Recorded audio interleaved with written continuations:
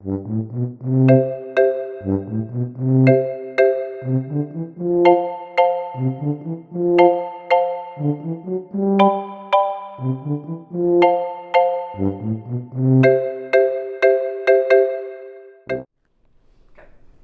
Manning, how are you this morning?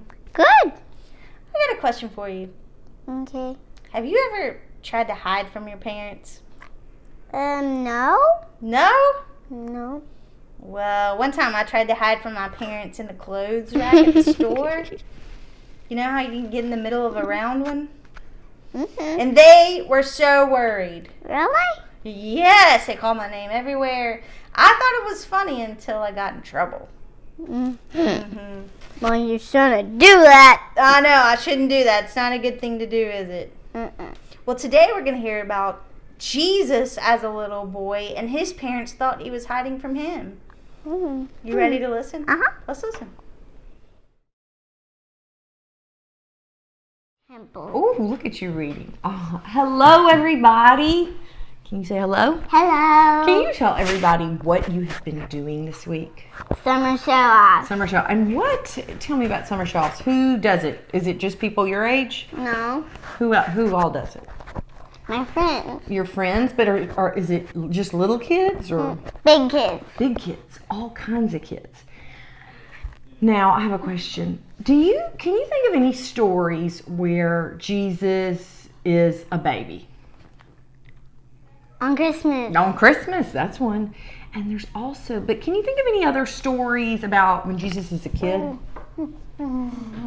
No? Well, this is the one story there is about when Jesus was probably about the age of a 5th and 6th grader. Ooh. So like the biggest kids at summer show-off. He's about 12 years old, okay? And it's called The Boy at the Temple.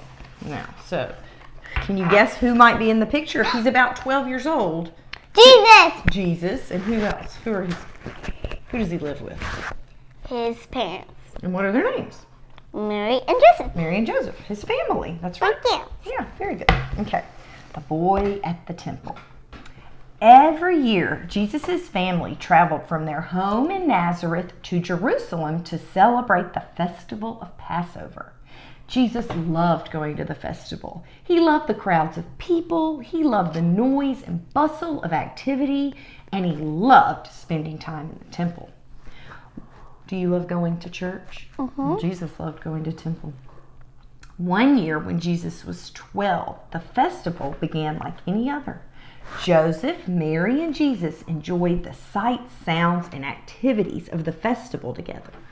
When the festival was over, Mary and Joseph joined others from Nazareth for the long walk home. But when the group stopped to camp at the end of the first day, Mary and Joseph could not find Jesus anywhere. What do you think they felt? What feeling is that, though? Afraid. Worried. Yes, worried. Everyone thought he had been walking with someone else in the group. Jesus! Yelled his parents. Jesus! Where are you? Mary and Joseph were frantic. They quickly walked back to Jerusalem looking for him. They searched the city high and low for 3 whole days. I would be freaking out. I think he's at the... Until they found Jesus. Guess where they found him? In the temple. In the temple. Mary and Joseph were surprised at what they saw. Jesus was in the temple talking with teachers more than twice his age. He was just a boy, but he could talk about God with a room full of grown-ups. The teachers in the temple were impressed with what Jesus knew. Mary and Joseph were proud, but they were still a bit angry with Jesus. Jesus, why weren't you with us? We have been looking all over for you. Mary and Joseph exclaimed. Jesus replied, why were you looking for me? Didn't you understand that I was at my Father's house? Mary and Joseph didn't understand, but with that, they gathered their belongings and began the long walk back home. So Jesus was part of his small family, with Mary and Joseph, but he knew he was part of a much bigger and greater family, right? And that is what we're going to talk about today, is the groups that we're connected to and why we're connected to them. Sound good? Yes. All right, let's go get some crayons and some paper. Okay. Okay. So for this activity, all you need is a piece of paper, and we have a scrap piece of paper, and some crayons. Now, in our story, there were 3 main groups that had connections to Jesus. There was his Mary and Joseph, who are his what? Parents. His family. There was the group that traveled with him from Nazareth to Jerusalem every year. Yeah. So that's like his friends. And then there were the men in the temple, and that would be his what? His church, right? Okay. So that's 3 main groups. And that is pretty much how I think about the main relationships in my life, which are my friends, my family, and my church. Those are my 3 main groups that I'm connected to, right? So I'm gonna draw some. So I took a piece of paper and I divided it into 1, 2, 3 places. So Mama, I wanna I draw know, this, you yeah. get to draw, I know. But at the top, I'm gonna write family. What's another group? Okay. Your Friends. your friends. And Yeah. your church, just like Jesus. All right. Now, you can either write their names or draw a picture of them. All right, so your family. How is that relationship important? How do those people come into your life? Think about it. Can you think about who are our family? Let's write their names. But I want to draw Okay, them. well, draw them. Draw them. So You. me, I'm doing it with me. Who else? Daddy. Daddy. Who else? Fields. Fields. Okay. Now think about how those people are important in your life. What does that relationship help you to grow? They help me. You help me, and Daddy helped me That's a lot with my right. reading, With reading, my math. taking care of your, like food and water and clothes and lots of love, right? Yes. Right? And Fields makes us laugh. Use a lot of time. Yes. Okay. And also we have Di, we have Day, we have Susu and Leif and Honey and Papa, right? Those are all part of our family, and they fulfill those relationships. That is probably the most important relationships, right? Right. Right. For us, right? Right. Okay.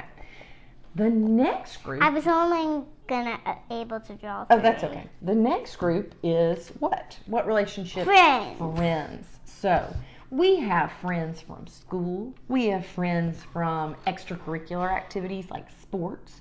We have friends that are your friends because mommy's friends, right? Like the Frames, right?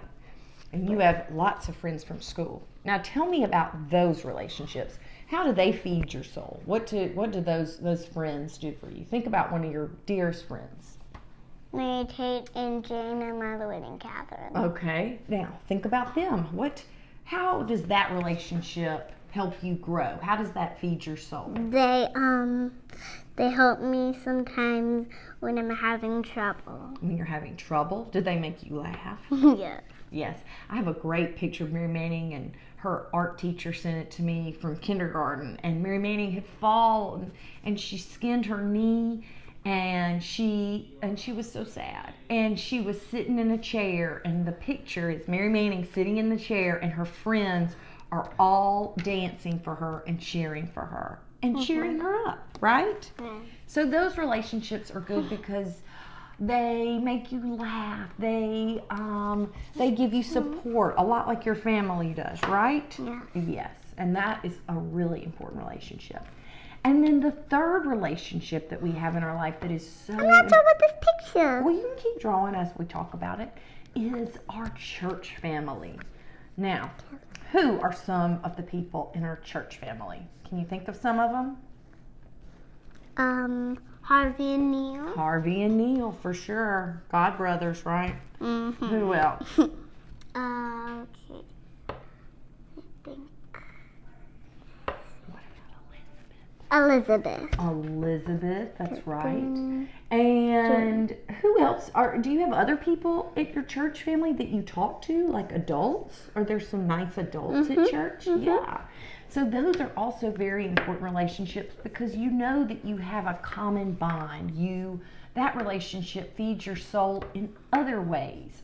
All of these relationships are very important. But your church relationship, you know those people, you're on the same wavelength about a lot of things. And it is just a really important relationship to help you to grow all three of these groups to be the best person you can be, right? Right. Right. So I hope y'all have fun thinking about these three big groups of people and those relationships and how they feed your soul and make you smile, and you in turn do the same for them. Y'all have a great week. Bye, guys. Can you say bye? Bye-bye.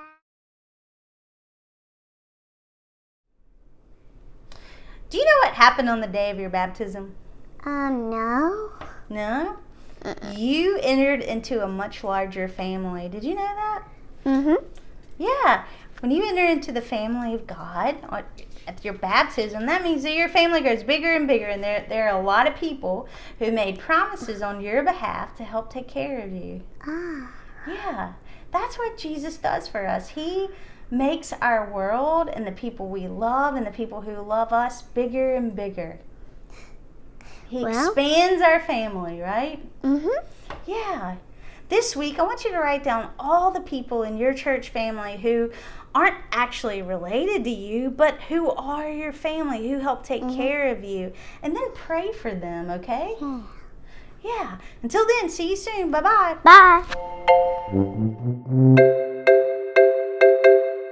Bye.